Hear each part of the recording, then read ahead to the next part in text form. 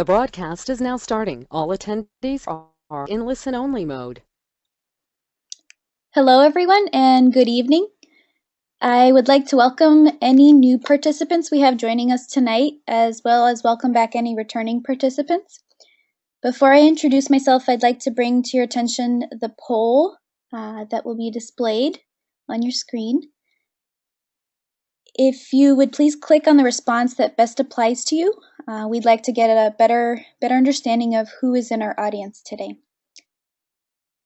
It's my pleasure to welcome you to tonight's virtual Grand Rounds session presented by the American Academy of Developmental Medicine and Dentistry. My name is Lubaz Lasheva. I am a fourth-year dental student at Virginia Commonwealth University. I am stepping in today for Michael Tarr, who is a medical student at the New York Medical College. He usually coordinates our virtual Grand Rounds. And I am part of the student resident committee that is facilitating this initiative. I think we've got most people have voted, so I will close the poll. And it looks like we have quite a few other category, and my hunch is that most of those in the other category, or some of them, are either self-advocates or people in non-healthcare positions. We found that out through our post-webinar survey, and we're really excited to have people from all sorts of different perspectives. And if you want to jot down in the chat box on the lower portion of your control panel who you're representing, then we'd love to interact some more. I'll go on to our next poll. Just a little bit about the initiative. The AADMD Virtual Grand Rounds sessions seek to create a space for mentorship and exchange of knowledge and experiences between seasoned IDD providers, as well as entry-level clinicians and future healthcare providers who are in training. The purpose of the Grand Rounds sessions is to expand and strengthen the IDD healthcare workforce across a spectrum of experience levels. Looks like people are still voting here.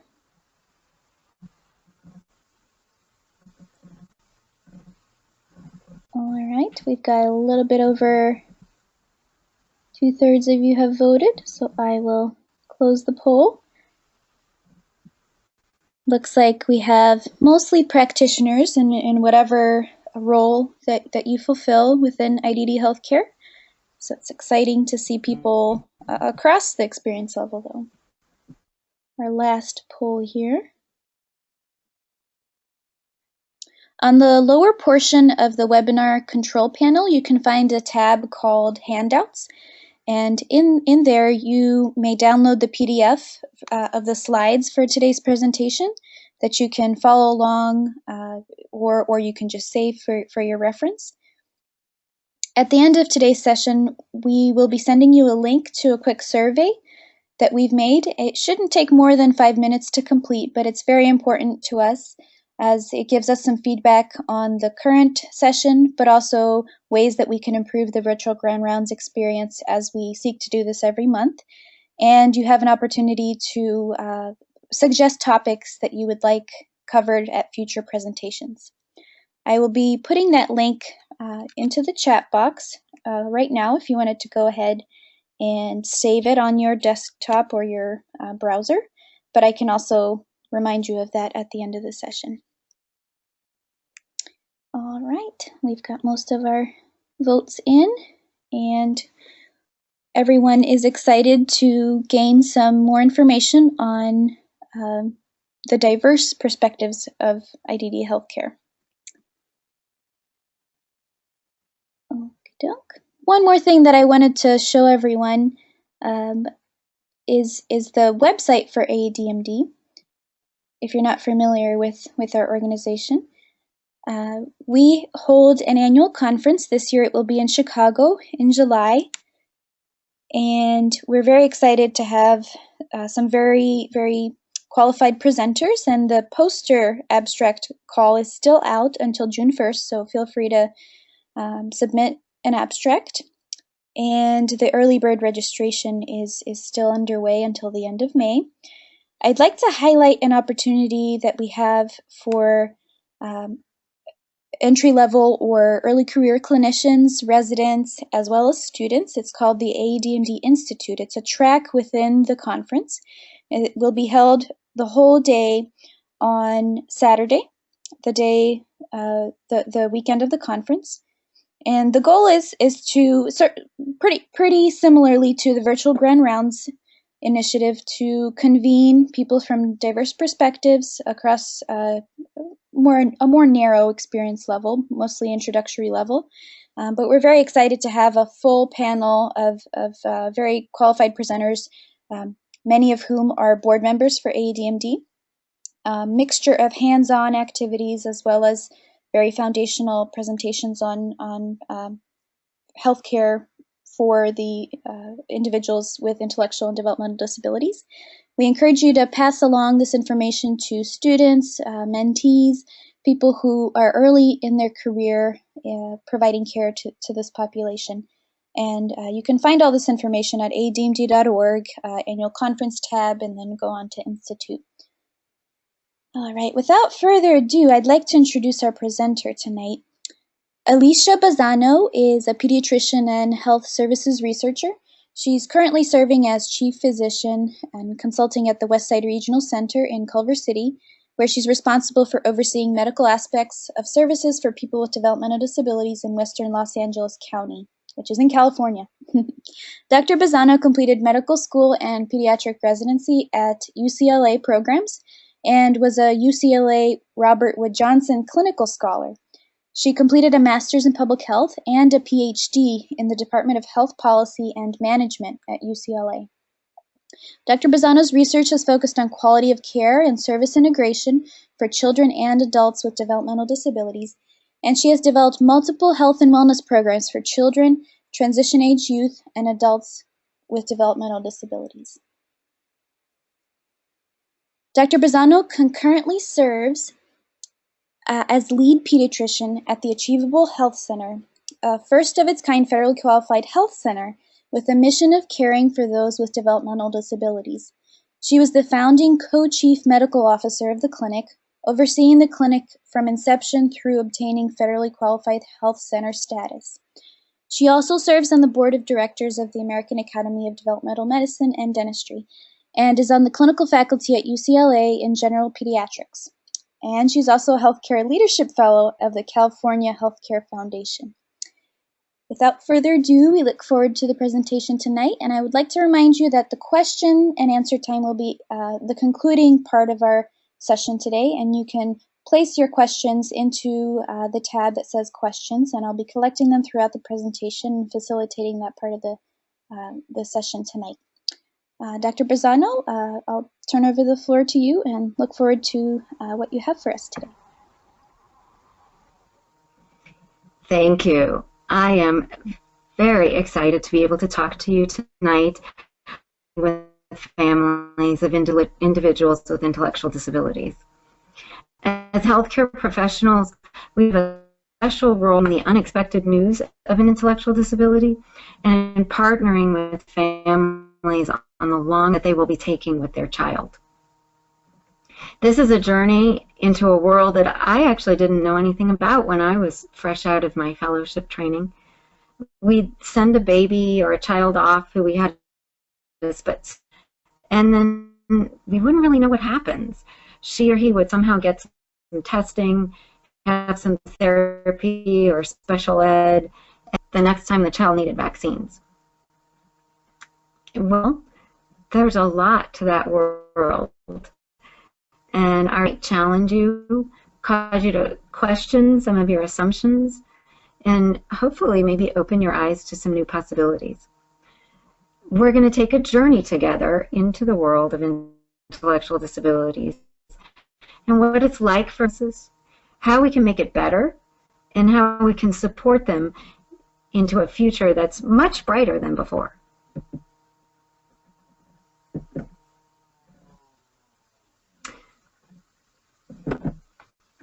Just a moment. This grant is part of a project to improve care around diagnosis of intellectual disability, and it's being sponsored by a grant from the Mattel Foundation to Special Olympics International. Tonight, I'm going to be helping to build your knowledge base by discussing the diagnosis and the diagnostic process and giving some insights into testing, epidemiology, and prognosis. And next, I'll describe how to communicate a diagnosis in a supportive manner, and what to do when the conversations about delivering the news don't go well. Finally, I'm going to be discussing how to support families after the diagnosis through somewhat typically stressful times and provide some of the resources available now and in the future. So I'd like to introduce you to Jessie. And when I met Jessie, he was 2.5. He had just moved from the Midwest, and his mom was taking care of Jessie and his younger brother, Jerry, who had just turned 1. Jessie walked into my office and made a beeline for the toys, and he started playing with the little pop-up toys. He would twist the knobs, and the little toy would pop up, and he would do it again. Then he moved on to the Uno game, and he and his brother took out all of the cards, threw them up in the aisle, and then he went and he got the pop-up lawnmower, pushed those over the cards. He was clearly very excited about all the toys, but he wasn't saying much of anything. And when I spoke to Jessie's mother, Janice, she told me that no, he hasn't really learned a lot of words yet. She thought that maybe the move and the new baby had been really tough on him, and that he was going to be talking soon. And so I reflected with her, so it seems like the move has slowed him down. And when I asked her about how things were going, she said she was pretty overwhelmed with the 2 boys. It was hard to dress them and get them both fed, be potty trained, so she wouldn't have to have diapers for both of them, but he wasn't interested. He was doing fine in terms of his growth and his health, and had all of his vaccines. So what's going through my head? Okay, well, he clearly has a speech delay, and I really think he needs developmental evaluation. I'm not sure of those motor skills. He's playing with some toys that are below his age. He's friendly. I'm not concerned about autism spectrum. So what am I going to do? So I did what many of you would do, and I recommended an evaluation just to make sure he's on track and give him any help he might need to get those words flowing. Well, that didn't actually go over well. Janice looked very uncomfortable. She said she'd speak with her husband, but really she thought that this was more due to the move.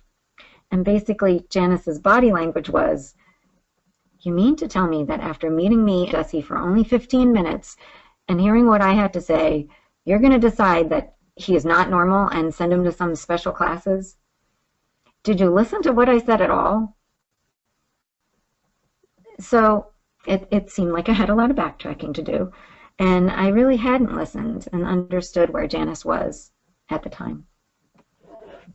Eventually, we decided that Jessie would come back in 3 months, and I would see how he was doing. And when he did come back in 3 months, there was absolutely no progress.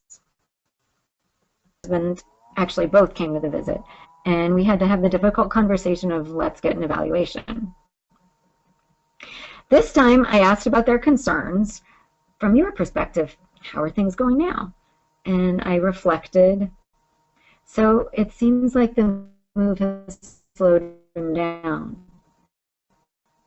And I asked, would it be okay if I shared with you some of what I've observed and and some of my concerns?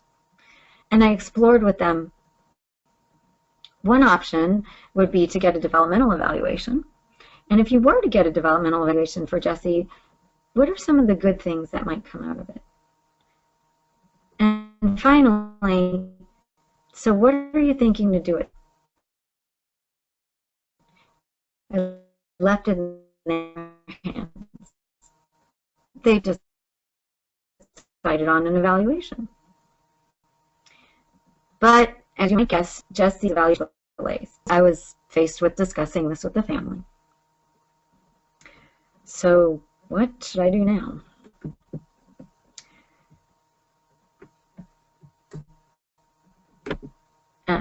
how do I have this really difficult conversation and tell this family that their son has global developmental delays?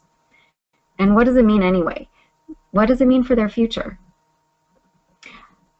So let's begin by discussing some fundamentals, but perhaps in a new light. I'm going to start with some definitions and testing, and then build up and talk about some potentially surprising findings about epidemiology, review the workup, and then finish up this section with prognosis. For the physicians and healthcare clinicians, this might seem like a typical review, but just wait, there's definitely more to it. And I think we get something out of this. So with Jessie, how do we know whether temporary or whether, what does global developmental delay mean anyway? Wouldn't it be great to just have this great new computer-generated test? It's for first graders and tells which graduate schools they'll qualify for. Better yet, wouldn't it be great if we had some kind of blood test to figure out who has global developmental delays or intellectual disability? So what are global developmental delays? It's a considered deficit in intellectual, characterized by a failure to meet developmental milestones in any two or more areas of development. So that's cognitive, motor, gross and fine motor skills, language, both expressive and receptive language, adaptive, and social.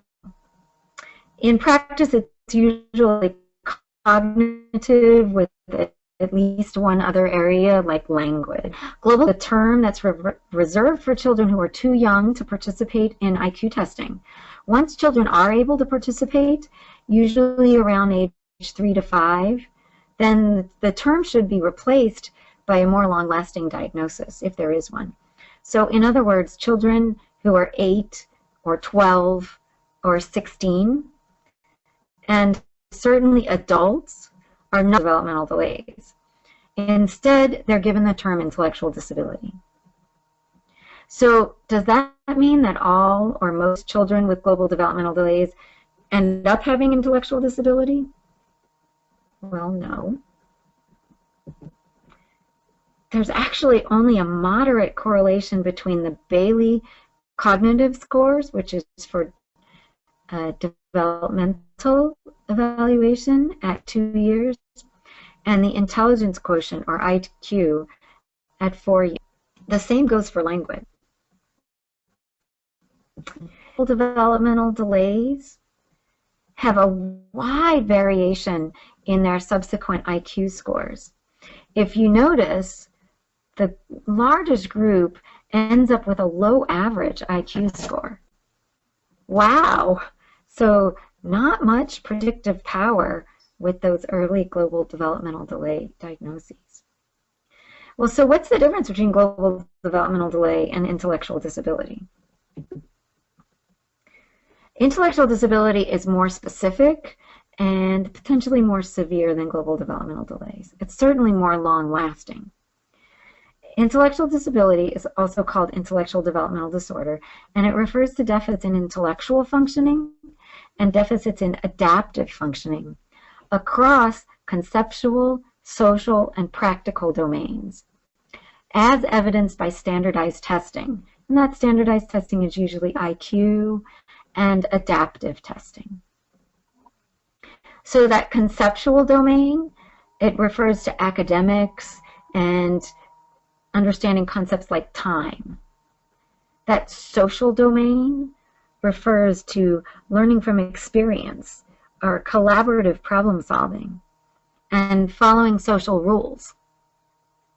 The practical domain refers to understanding money and having skills of daily living and independence. And all of these deficits have to have an onset in the developmental period, and they have to be across multiple environments. So school, home, work, social environments. So this looks and feels more all-encompassing and pervasive than global developmental delays, and it is. Let's talk a moment about severity, since the terminology and the meaning of the levels of intellectual disability have recently changed. It used to be that we had levels based strictly on IQ testing, and now there's a focus more on adaptive functioning and supports. About 90% of intellectual disability was considered mild, and about 5% moderate, and the rest severe or profound.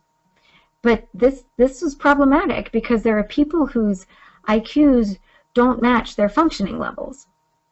So now we measure by how much support is needed. People with what we used to call mild ID should be able to live pretty independently as adults, and it's thought to have, on average, about 6th grade academics, and this is sometimes not even picked up until the school years. And now this is thought of as intellectual disability with intermittent supports. With moderate intellectual disability, there may or may not be independent living as an adult, and there's the expectation of about 2nd grade academic, and that's considered intellectual disability with limited supports.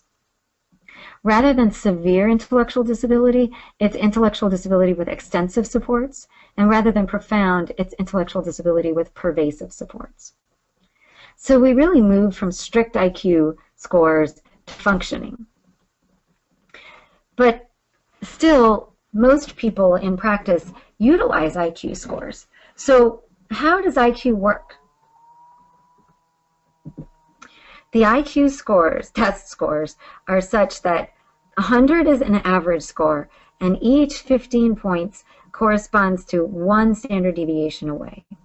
So 85 is 1 standard deviation below the mean, 70 is 2 standard deviations below the mean.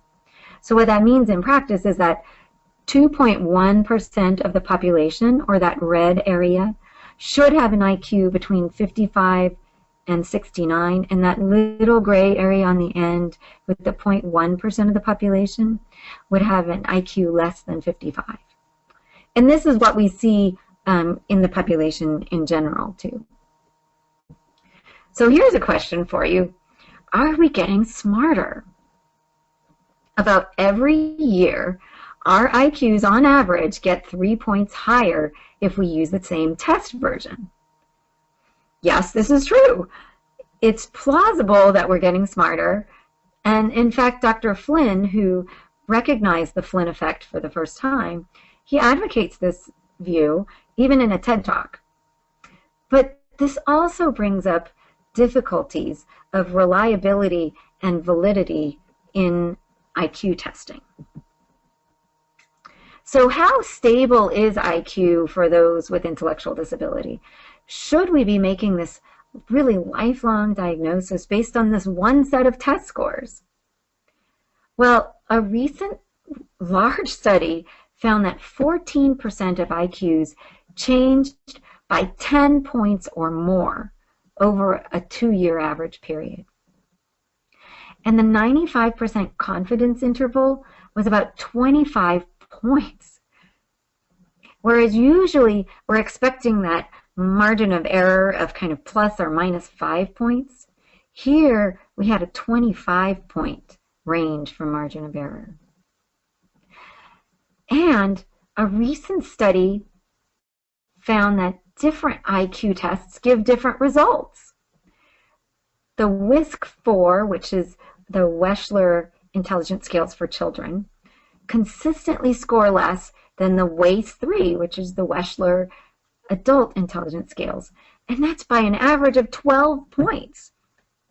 So 2 different tests give different scores by 12 points. Worse, the adaptive testing scores are usually from the Vineland or another adaptive scales, and they're by self-report or parent report, and they are much less reliable than IQ. Wow! Perhaps you, like me, are thinking about the implications of this. Can you imagine that about 15% of the people you diagnose with leukemia or cystic fibrosis, and 2 years later, you find out that they didn't actually have it? That's astounding. But this is what may happen with ID. So if there is such diagnostic instability, have we gotten the idea of intelligence wrong? Have we figured out what is intelligence? There are so many definitions of those tests. Calls it a global concept that involves an individual's ability to think rationally and deal effectively. Well, I think that's a stretch. I'm not sure that because you have a higher intelligence, you're necessarily going to think rationally. And my personal favorite, intelligence is what is measured by intelligence tests. Of course, that's by Dr. Boring. There are lots of people who don't think that intelligence is one thing. One of the more popular theories of intelligence is by Howard Gardner. He uses this concept of multiple intelligences that include logical or mathematical intelligence, musical intelligence, kinesthetic or bodily, that athleticism, and visual spatial and linguistic ability. Interpersonal, referring to your own inner emotions in life. Intrapersonal, reflecting the emotions of others. And naturistic, referring to seeing patterns in nature. So much more broad of a definition than what's typically covered in IQ tests or the DSM-5.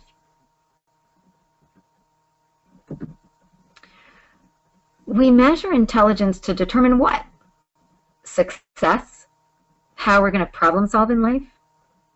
There are so many other predictors of successful problem solving and academic work and life success than what we measure in intelligence tests. We know that emotional intelligence, the foundation of which is empathy, is key in the workplace, as is creativity. We know from many studies in our educational systems that grit or perseverance, that persistence, is more important than IQ for academic success. Behavioral and emotional control has been shown to be more associated with both school and employment outcomes than IQ. Finally, character and personal values are not measured in intelligence tests, but are critically important in how well we live our lives. Some of you might know that the man with the highest IQ in the US is actually a bar bouncer. He was so challenged by knowing what his IQ was and the expectations that everyone around him had of him and that he had of himself, that he's been unable to overcome those. And just the opposite, people with Down syndrome consistently overlap in their abilities with the range we consider normal intelligence. And really, what is considered normal intelligence? As we saw, it's only what's measured within our own social context. So I hope with this tour, I've given you just a moment's pause to consider how we think about and categorize intelligence. Given what we have for the definition of intellectual disability, though, let's talk about epidemiology, or the distribution of intellectual disability in our population. Based on that bell curve, there theoretically should not be a difference across race, ethnicity, or socioeconomics in IQ scores or diagnosis of intellectual disability, right? Yes, these IQ tests, especially now, they're typically normed on a variety of races and ethnicities and socioeconomic status. So we all should have about the same percentage of diagnoses.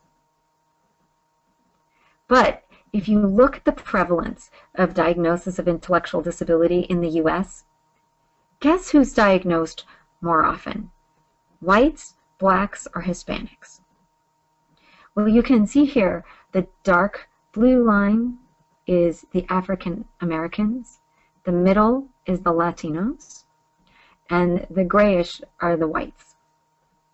What about maternal education? Again, the darker blue is less than high school, and the gray, at only half the prevalence, is more than high school. What about insurance coverage? Surely insurance coverage should have nothing to do with an intellectual disability diagnosis, but look at the likelihood that if you have Medicaid, you're going to get a diagnosis as compared to if you have private insurance or uninsured. Finally, poverty. Twice as many children in poverty will be diagnosed with intellectual disability as children 200% above the federal poverty level. On the other hand, with autism, the trend is the opposite. If you are higher socioeconomic status, you're more often diagnosed with autism spectrum disorders. This also holds true for education. Higher educated, and yes, you get the autism spectrum diagnosis. Similarly, if you're white, you're also more likely to get an ASD diagnosis, whereas as I just before, if you're black, you're more likely to get an ID diagnosis. Why is there that diagnostic difference? I ask you to ponder that for a few minutes and sit with a little bit of discomfort while we talk about what we're going to do when we have a diagnosis of global developmental delay or intellectual disability. The guidelines for evaluation of global developmental delays and intellectual disability were changed in 2014, so maybe you haven't seen the new ideas yet.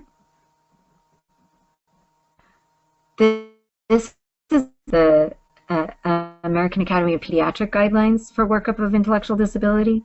But whether you have a baby or a child or an adult, the steps of the workup for global developmental delays or intellectual disability are the same.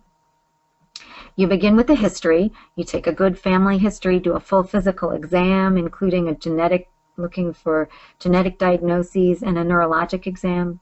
And then if you haven't come up with the cause for the intellectual disability or global delays, then you're going to be doing genetic testing.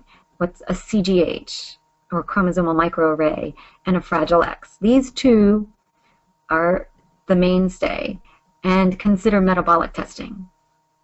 So that genetic testing is the first step, and then if the diagnosis hasn't been established, you're going to do more metabolic testing, imaging like an MRI, and gene panels. And at that point, if no diagnosis is found, then you should be considering sending the family to genetics if you haven't already done so. What's likely going to be the next generation of this algorithm is that global developmental delay gene panels might be done first. Perhaps you might already be doing this, or you might already be doing exome sequencing of your whole genomes. So why start with genetic testing for everybody? There's been an astounding increase in the yield from genetic studies from intellectual disability over the past 10 years, primarily due to next-gen sequencing and similar advances in technology. And this has allowed more testing and more of an understanding of the large number of genes and the heterogeneity, as we discussed, that's associated with intellectual disability and other developmental disabilities. So by the way, why are we searching for causes of global developmental delays? This is a question a lot of healthcare professionals ask themselves, I think. The argument against tests is that it may not make a difference and it's expensive. So it used to be that only people with good insurance or would get these huge genetic workups. But now Medicaid least in California, and I think other states, is actually paying for CGH, and more physicians are ordering it on everybody instead of a select few. There are well-documented benefits for searching for causes of global developmental delays or intellectual disability, and those are on your screen.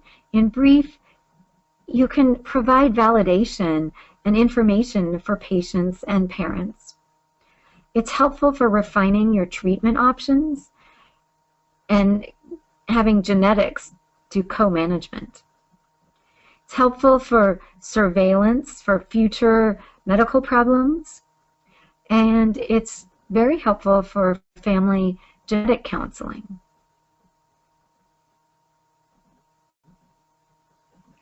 So where are we now? Jessie has gone through the earlier intervention program. He's had occupational therapy, speech therapy, and he's been in a center-based program. That's a therapeutic preschool setting. And you did start the genetic testing on him, and you've gotten a CGH and a Fragile X, and you're waiting for the results to come back. He's just about to turn 3, and the psychologist from the school district or the regional center says he has mild intellectual disability. Janice comes to you and wants to know what all of this means. So I'd like to start talking about what we know about the future prognosis. And I'd like to start this by sharing a letter to a future mother. You might have seen this before, and I'll tell you, it makes me cry every time I do. Oops, sorry.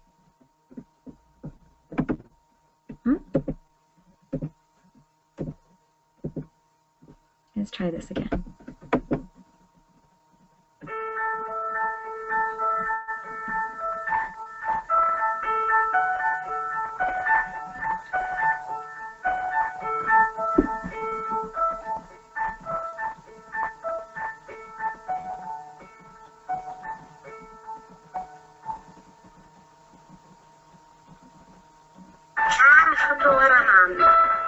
Don't be afraid.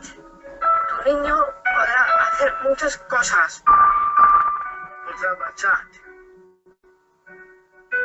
Podrá correr hacia ti. Y podrá darle empuja al alcohol como todos. Et pourra t'écrire si un jour elle est loin. Because indeed, he'll be able to travel too. Il pourra aider son père à réparer son vélo. Pourra laborar y ganar su dinero. Avec son salaire, il pourra t'inviter à dîner. Affittare un appartamento e andare a vivere da solo. A volte sarà difficile. Jak to? Bardzo possible. Jest pas pareil pour toutes les mères. Dear future mom. Tuo figlio potrà essere felice. Come lo sono io. E tu seras heureuse aussi. Vero, mamma.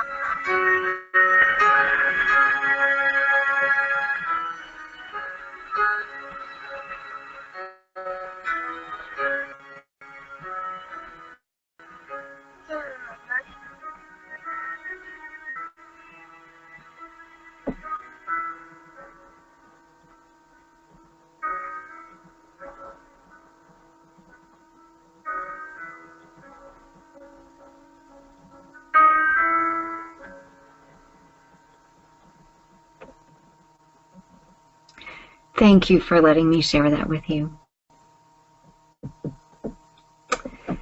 So how do we figure out who is more likely to end up with intellectual disability? How do we know if a young child is behind, whether she or he is going to catch up and be on the same trajectory? How do we know if you have intellectual disability, how independent your life is going to be? What does that depend on? How do we predict it? especially if the IQ scores don't cut it. How do we ever make predictions in medicine? Well, we need to be foxes. I don't know if you've read Super Forecasting.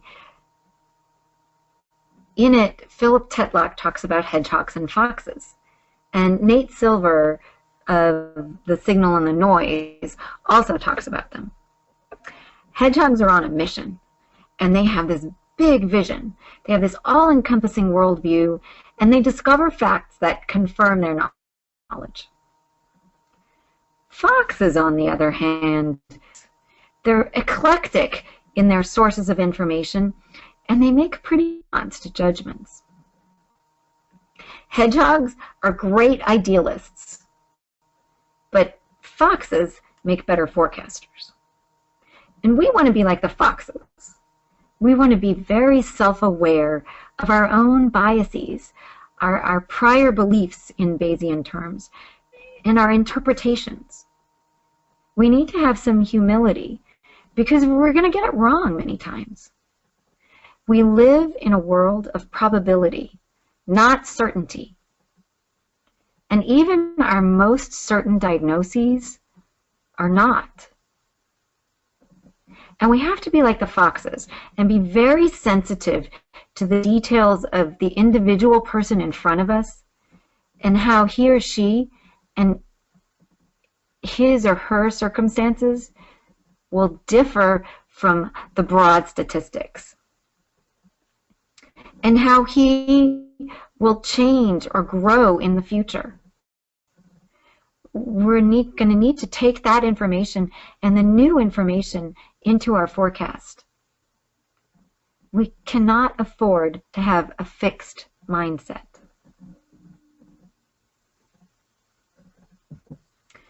So, what do I do now?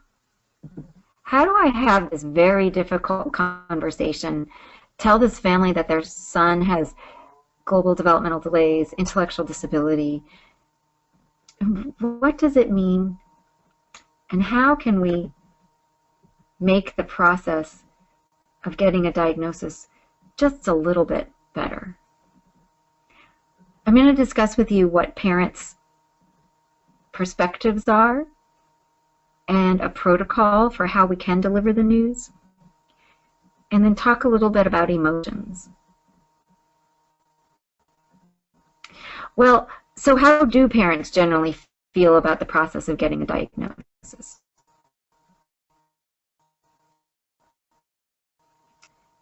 (60% to 90% of parents report a negative perception of the diagnostic process due to having this period of uncertainty and worry, getting too much negative information about the disability, and a lack of understanding when disclosing the diagnosis.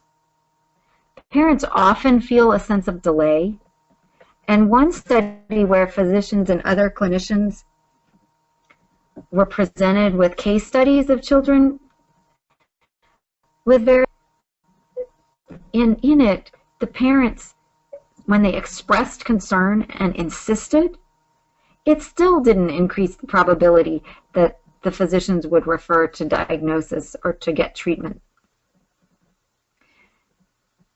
And parent preferences, we know, include having a meeting in a private place with the most knowledgeable physician, being given accurate and specific, balanced, up-to-date information that's affecting the child now, being given the diagnosis in a respectful manner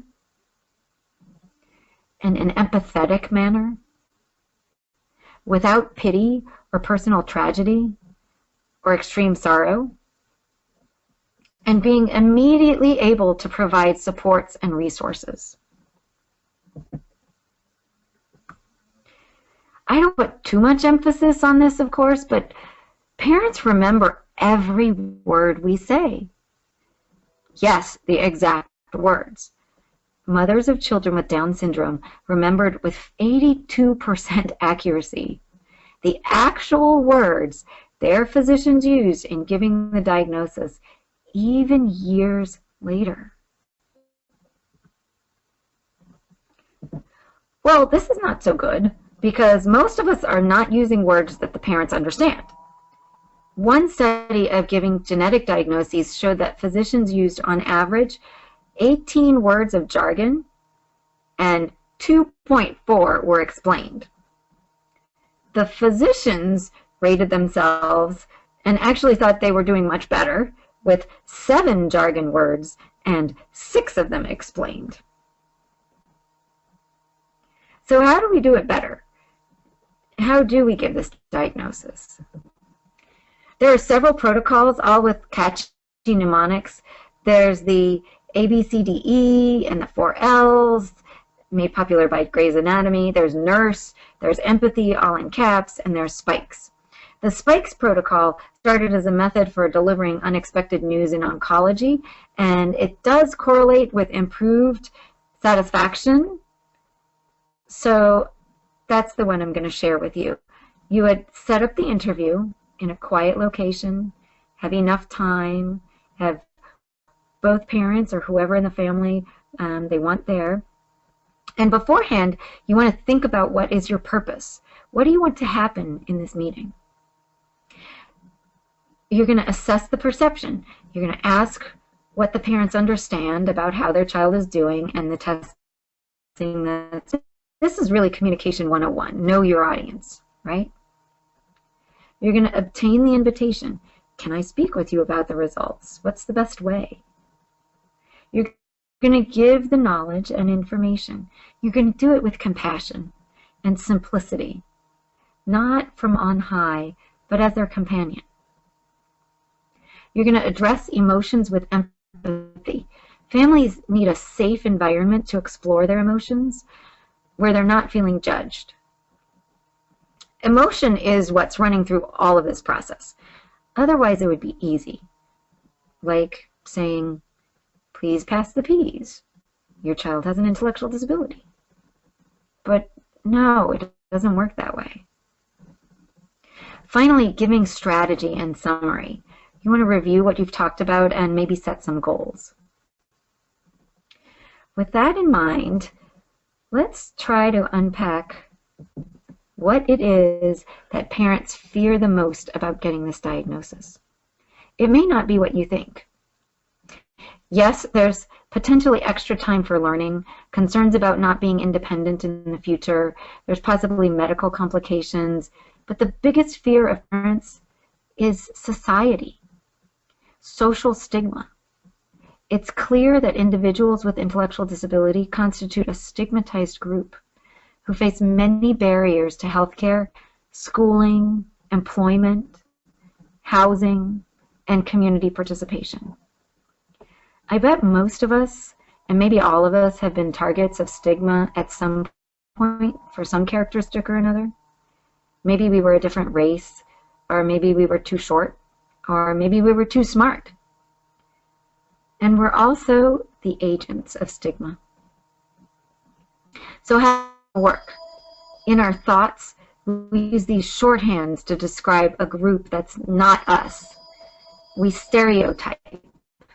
Ability, this takes the form of having lower expectations, thinking that the person's more impaired than in reality, and unable to change.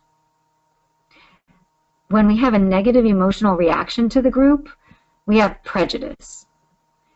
And when these thoughts and feelings lead to behaviors, we have discrimination. We avoid. We don't help. We increase our distance. We stare. We talk louder or differently.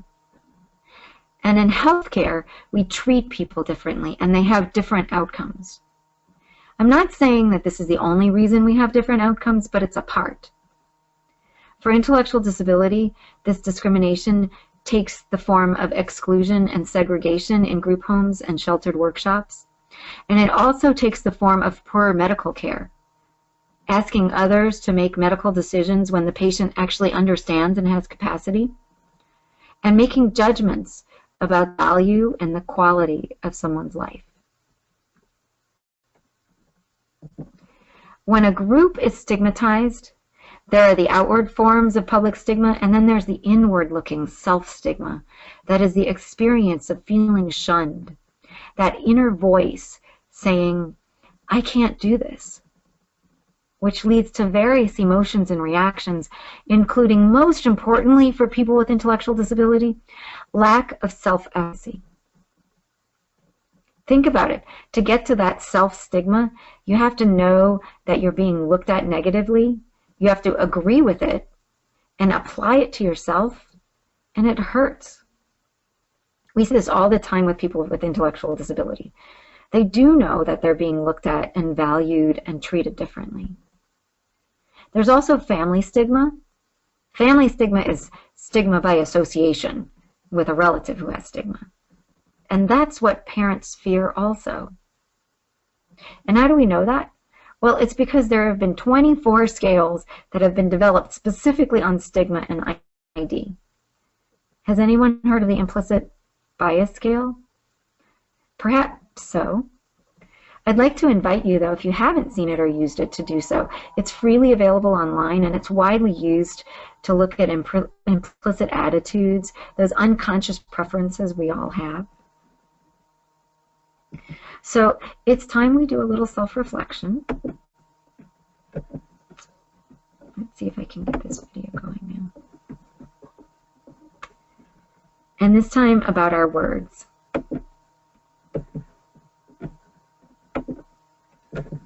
Sorry. There we go. Maybe some of you have seen this. I'm an ambassador for the National Down Syndrome Society today. I'm joining up with the Special Olympics to bring you a message that's very important. As Dr. Cox on Scrubs, you've heard me call JD many different names over the years. Patricia, Pam, Helen, Billy, Nicole, Deb, Nancy, Kathleen, Mary, Loretta, and Grace. One name you've never heard me use is retard or retarded. Words are powerful. Hearing the R word makes people with intellectual disabilities and those who love them feel like less valued members of humanity. That's why we're asking you to help spread the word to end the R word. Join the campaign and make your pledge. It's time to respect and value people with intellectual time to end the R word.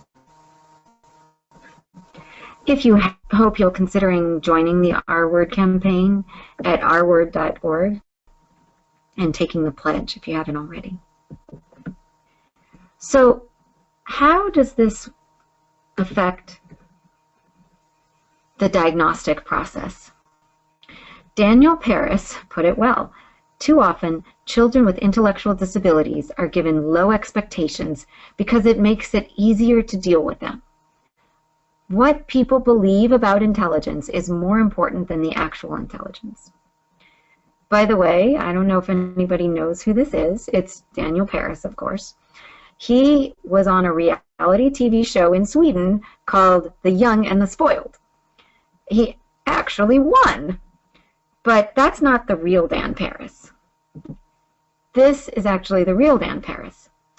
This Daniel Paris was diagnosed with intellectual disability as a young child. He was in special ed throughout school. He struggled and dropped out of high school. He actually went on to study psychology at USC and got a master's in counseling and education from Harvard. He now works in student advising at USC. Wow. With such stigma around intellectual disability, when we give that diagnosis, parents have a lot going on. This isn't just like giving the diagnosis of a UTI or even of hypothyroidism. There's a whole social construct to go along with this diagnosis. How do we acknowledge that? Do we? Is it appropriate? When preparing for this talk, I had to ask myself how often I discuss the stigma with families, and I realized I could do better. And I'm not alone.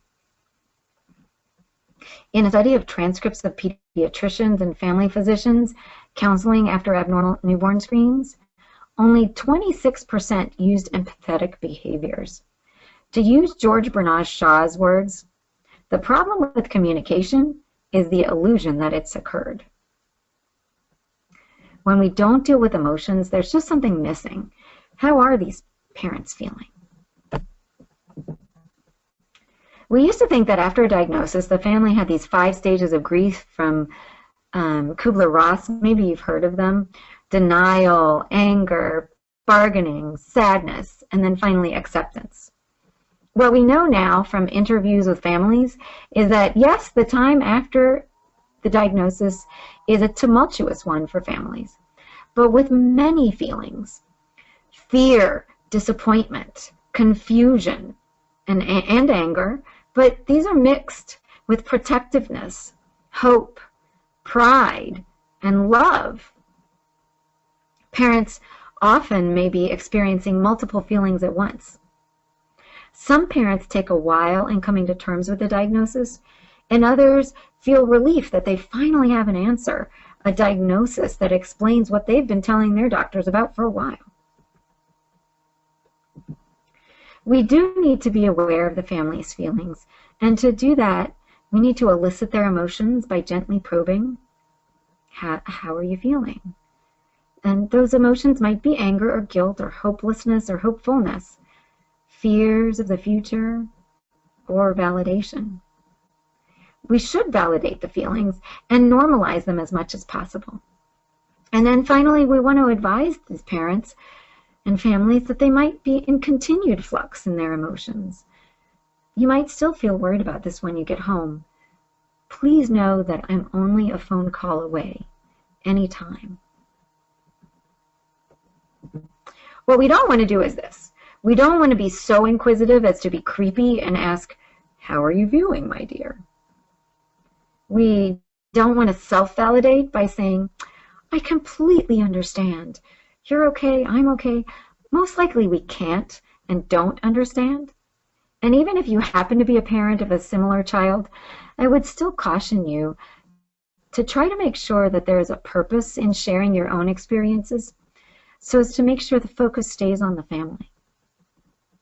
Finally, we don't want to become the dictators, and in our haste to be helpful and reassuring, we don't want to tell parents how to feel. This is not something you need to worry about. You may feel upset right now, but you'll feel better soon. So to summarize, I want to give you a set of clear do's and don'ts. Do prepare yourself and the environment, know the facts, address emotions, talk about abilities, and give resources. Don't say that you're sorry. This is not a tragedy. This is a different path in life. Do not predict the future for the child. Do not pressure the family for a response or decisions. Don't expect immediate grief. And don't overstress negative outcomes or disability. So what happens after the families leave your office, and how do we support them? I'm going to discuss how to help families after the diagnosis make changes in their lives. One of the first things that family want are resources, so I'm going to give you some ideas for cutting-edge programs, and then I'm going to finish up with a bit about future directions. We're in the home stretch now. So after receiving the diagnosis comes the work of living with the changes it brings. One parent described after getting a diagnosis that it feels like you're all of a sudden spinning on this wheel, going faster and faster. You have to do this and do that. And if you don't get this therapy right now, your child will never do well. How do you know what's helpful and what's a waste of time and money? Or even worse, what's harmful to your child? You might encounter this response with families, and sometimes it results in the parents trying to do everything, get every service immediately. And for other families, it results in seeming disengagement and paralysis. In practical terms, ultimately, it means that at least 1 of 3 children do not get the services for which they qualify in early intervention. So why is that? Here's some of the reasons. The families don't recognize there's a problem, or they think that it's going to get better and go away. The families don't feel like they're being respected or listened to. there's a lack of an explanation of the program's benefits, and well, maybe that's because you're not so familiar with the programs and what they do, right? Families often don't feel like they can navigate the multiple systems that they end up needing to, like your insurance and the school district and all the services and providers. And that tends to be paralyzing. And finally, trust barriers. So when things aren't going well, like with Jessie, and you're feeling a lot of indecision and reluctance about trying to get services for a newly diagnosed patient, or when there's a lack of follow-through, this might be the time to use some motivational interviewing skills. And here's a little strategy for you. So the first thing is to notice how you're feeling. Take a few deep breaths and recognize your own emotion. Then try to look at the interaction from the parents and child's point of view. Try to react with wonder as to what's going on. Reflectively listen and affirm their emotions. And then finally, you want to partner with parents. You want to emphasize their autonomy and reframe the discord. Shift your focus and definitely don't argue. This is the time to apologize for creating any part you had in creating any discord. You want to explore the pros and cons, and you want to look for a place to compromise. So how do families feel reflecting back on the diagnosis? They actually feel pretty good. 97% are proud of their son or daughter. 79% had a more positive outlook on life because of their son or daughter. 95% had good sibling relationships. And very few thought they had significant learning difficulties or health problems. These are some of the quotes from parents about their life lessons. Sometimes the people we think need the most help are actually the ones providing help to the rest of us. I look at people with less prejudice, see everyone's potential. And keep your expectations high and fight for your children. Well, there are also more stressors. Parents are thinking a lot about the future in caring for disabilities. Is it similar to a child? For 3 years, you might be changing them for 6. Instead of struggling to hold, you're hanging on to your teen-year-old. Instead of talking to your 2-year-old about not biting, you're talking to your 12-year-old. You might be thinking about the future, about, not to mention whether he'll ever live on his own and get a job, or, and if he isn't on his own, how we're going to support him. That's a lot to think about. And there are second-level effects of the stress on the children. Parents who are stressed interact less and have more negative emotions and use more negative discipline. The children then have more negative interactions, and it becomes a bit of a cycle. So on average, parents do have higher rates of health and mental health symptoms. And there have been several interventions to try to address these, like support groups and respite and mindfulness-based stress reduction. In fact, one of our studies addressed stress through a mindfulness-based stress reduction program with meditation and stretching exercises, and found significant decreases in stress and parenting stress and health and mental health symptoms, as well as indicators that the child's maladaptive behavior had changed as well. Isn't that amazing? Change how the parents cope with stress, and you can potentially affect the child's behaviors. So you've given the diagnosis to Jessie's parents, they've gotten some early intervention, and you've addressed some of their early emotions and stresses with Janice and her husband. So now what are some of the therapies and supports that your parents are asking you for? Well, there's a lot of innovative therapies nationwide beyond the traditional early intervention and special ed and adult services. For early intervention, there are a lot of programs going on to look at cognitive plasticity in the early years. There's one for kindergartners who didn't understand abstract principles, and they were directly taught these skills through games. And not only did they learn abstract reasoning skills, but they showed substantial gains in reading and math. There's also the Special Olympics Young Athletes program for 2 to 7-year-olds, and that works on fundamental motor skills, and it shows improvements on motor milestones of 7 to 9 months after the 3-year inclusive program. That's actually a free program, and it's available around the country. For school age, there's the self-determined learning model, where children set their own goals and they work towards those to work on that self-efficacy. There are lots of behavior programs well beyond the traditional ABA programs, including cognitive behavior therapy that are modified, and they teach the children how to deal with unhelpful thoughts, and exercise programs that actually improve behavior. There's transition age youth, which has been a huge focus, looking at transition of care and independence and the onset of preventing mental health conditions, and post-secondary education and work options. Finally, throughout adulthood, there are many more supports, including mental health, multiple models of health care, like our own Achievable Health Center in Culver City, or the Lee Specialty Clinic in Kentucky, or the CART model at UCSF, and healthy lifestyle, including one program that I started, which has been going on now for 12 years with a peer model, and similar programs at Ohio and elsewhere. Families are finding out about these resources, and they're going to be asking you.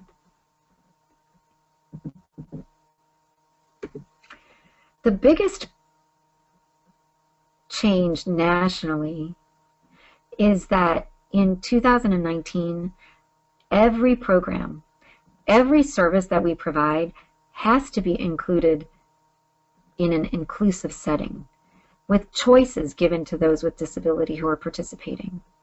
There has to be a choice of an inclusive classroom, a choice of programs where the other children don't all have disabilities, and as adults, choices of where we live, not just in group homes, choices of what to eat, not just what's on the menu for that day, who to hang out with, and where to go, not just walking in the mall in a group, and choices of employment or vocations, not just sheltered workshops. I don't know if anybody knows who this is, but it's Chris Burke. He's best known for his character Corky Thatcher on the TV series Life Goes On. Corky was the first main character in a network series that had Down syndrome. His parents were told when he was born to institutionalize him. The movement that's going on right now in California and many other states is that of self-determination.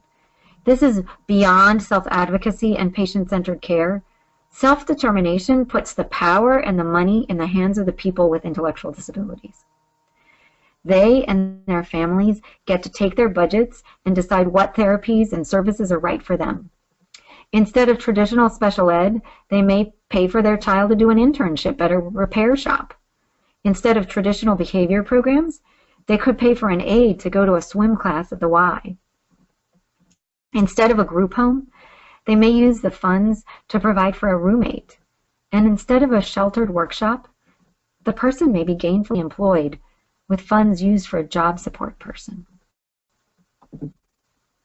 So where do we go from here?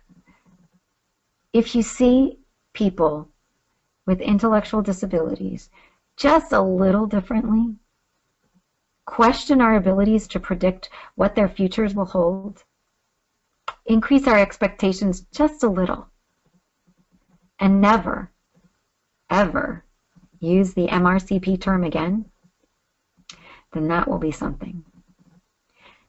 And I'm hoping you will do a little bit more.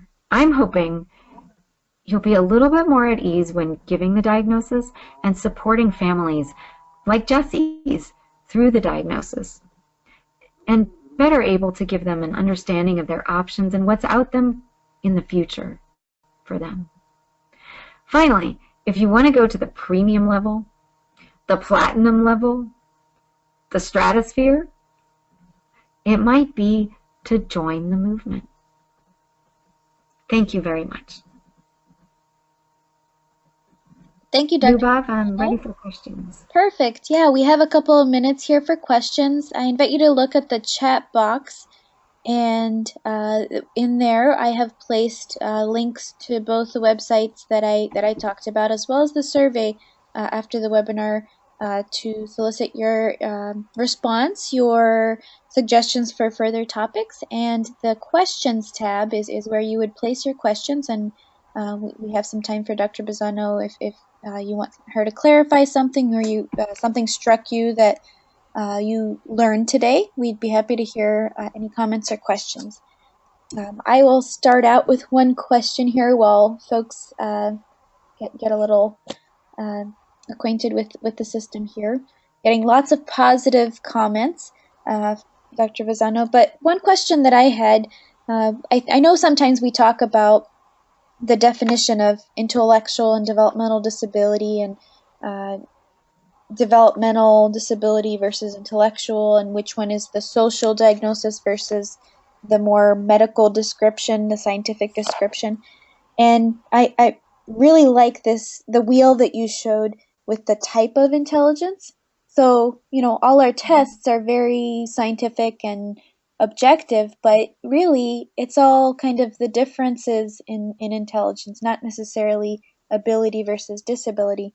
So I really appreciated that, and hope that we continue to think about it that way as we interact with people with differing abilities, and really come to value what they have to offer to society, and as we interact with them as patients. So it's kind of a cultural change, and I'm wondering if you believe that this cultural change, what is driving it? Is it policy change, the move towards integrated education and living out in the community, receiving health care out in the community? There are plenty of challenges, but what do you think is driving all these changes? So that's a very good question. I really think that it's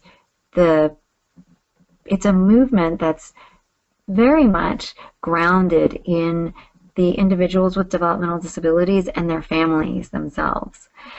And it is, I think, a recognition societally that people with intellectual disabilities and developmental disabilities have just as much value as everyone else in the world, and a recognition of a lot of abilities on their part. The other thing that I have seen in my over 10 years in the field has been a real difference in parents and families' expectations, and the expectations of the individuals with developmental disabilities themselves. So for the younger generation, parents are not expecting them to be isolated or to be in sheltered settings. They are expecting them to be very much rooted in the world, and many folks, for example, the executive director of the ARC of California, he says regularly that he has parents who tell him, I do not want my my child to be dependent on support from the government. I want my child to be self-sufficient, and that's what we're working towards. And this is perhaps not necessarily applicable to everybody, but it certainly is a huge shift in our mentality, just about our expectations about what we want to see in terms of our family members. Thank you. So I'm getting another question, which is, where do I recommend clinicians should look for resources to give to parents, and where should clinicians look for resources for their own education so they can guide parents? Well, for one thing, I would certainly refer you as clinicians to the AADMD website. There's a fabulous webinar series that's 12 hours long that I'll tell you I use for my own education. And this goes over a tremendous amount of information on how to care for people with developmental disabilities. Another very useful website is the the Office of Developmental Primary Care at UCSF, and there are a number of handouts and very useful information there. There's also, for resources to give to parents, one of the best resources is actually the family resource centers. So part of the IDEA Act, which is the Individuals with Disabilities Education Act, so Part C is the Early Intervention Program. Part of that allows for the development of family resource centers. So there should be a family resource center in every community, and those are staffed by parents of children with special needs, and they're open to the community. They provide lots of information and resources. They have support groups. There are classes on everything from how to get through an IEP to how to obtain a conservatorship if you decide that's necessary. And these can be incredibly valuable resources. Another source of information are your UCEDs, the University Centers on Excellence in Developmental Disabilities. Every state has at least one. And in California, for example, we have 2 in Los Angeles, one at USC and one at UCLA, and one in Northern California at UC Davis. Thank you. That's a plethora of resources for a diversity of interests. Yeah, we have the site in the chat box here for one of the website for AADMD, and then a listing of some of the other sources. One more question that I had, Dr. Bazzano, is that chart that you showed with sort of the disparities in diagnosis of who gets what kind of diagnosis, and then the treatment and insurance coverage, racial differences. And I'm wondering, it reminds me of the differences in cardiovascular disease between men and women, and the fact that research has been going on for years and years, and our diagnosis and our treatment strategies are tested and developed for white males mostly, not women. And this is a huge issue because women develop heart disease very differently and vascular diseases. So I would like to think that organizations like the AADMD, which are advocating for focus on providing care with their medically underserved population initiative, and maybe you can comment on this because you have an FQHC that provides care to people with disabilities. I think there are great opportunities for improving those kind of disparities when we recognize that there are racial differences, but there are also sort of cultural differences, and the structure that we have right now to diagnose and treat some of these conditions are made maybe for more privileged demographics. Do you have any comments on that, or maybe from your experience with the health center? So I think that there are, I think what you're talking about is disparities in 2 different domains. First, there are definitely disparities in the diagnosis and the diagnostic process. And yes, we definitely need to be aware that there are differences potentially in presentation, and we need to be very aware of our own biases when we are making these diagnoses. And then there are definitely differences in equity in terms of the treatment that people get. And this is true for developmental disabilities in general. We know that people with developmental disabilities have 4 to 6 times the preventable mortality rate of the rest of us. So literally the preventable mortality. And the first step to understanding this is to understand our population's health. So first we have to be able to measure the quality, and traditionally we haven't done that very well. We're starting to work on some very, very basic measures where on a large scale we're looking at people with developmental disabilities and people without developmental disabilities and comparing how healthy they are. But the next step is to really use improvement science. So for example, cardiovascular health has made some strides. Breast cancer diagnosis has also made some strides in the African American female community.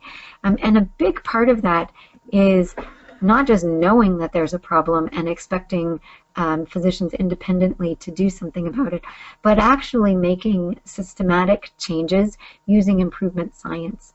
So at a hospital level or at a medical group level or at a community level. And this is really where we want to move towards, looking at the culture of health for the community of people with developmental disabilities. So part of our initiative has been to look at how we're doing for people with developmental disabilities and without. We have an inclusive clinic, so more than half of our patients, or about half, have intellectual and developmental disabilities, and about half do not. And we also do look at, we have an integrated model. So we do physical health care, including medical care, and we also do mental health care. So we have primary care, psychiatry, psychology, neurology, all on staff together. And we are trying to do improvement projects where we not only look at the data, we make incremental changes, and then we look at the data again and see if those have improved or not. And so I think that this model of improvement is what we're going to need to use for these health disparities, as well as really building the culture of health. And that, of course, comes from training your generation and the generation of healthcare providers to come. And it also comes from working on those social determinants of health. So traditionally, we haven't thought of ourselves as being responsible in the healthcare profession for things like poverty or equal access to education or housing.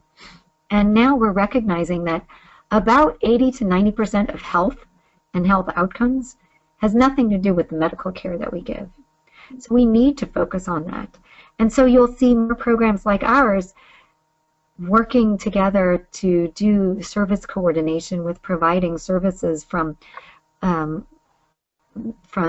food stamps to housing to mental health care, all within the same reach, so that we can give the population all the same chance. Yeah, thank you. Well said. I have a comment here that echoes what you talked about, that the parents or caretakers, their stress levels will often transfer into the way that the person who they're caring for with a disability, their well-being and their development. The comment is, as a parent of a son with Down syndrome, a service coordinator at TCRC in the Early Start program, and having worked in this field for 33 years, I can't stress enough the need for us to truly be cognizant of the emotional state of the family members. The person with ID is highly sensitive and reactive to their caregivers, and the amount of information should be based on what each family can handle. Me really emphasizing this incremental nature of how we respond and seek to equip our patients and the whole team. But the person says that too much information can be as negative as too little, and we really need to gauge that by observation and personal self-analysis as healthcare providers. Yes, and that is exactly why I entitled this talk Starting the 100-Mile Journey, because it is a long journey, and we need to be walking that journey with the families, and we definitely need to be not overwhelming them with this, oh my gosh, this is what your future is going to look like, and you need to do this right this second, and you need to do this, and you need to get into this group, and you need to do the other, and your child's never going to talk and walk, and you know this is what your future is going to look like. Because we know very well that, first of all, this is completely overwhelming to families. After those first 5 words, your child has intellectual disability, after that, pretty much is wah, wah, wah, wah, wah. And it is very, very hard for families to take a lot of instruction in, or even to be able to address any of your questions. So yes, I completely agree with that. Well, I want to thank you once again, and thank each one of our attendees. I'm going to post once more the webinar survey link, and Dr. Bazzano has her contact information there if you have any further questions for her. But it's been a really great session, and I wish a great night for each one of you and a great rest of the week. Thank you.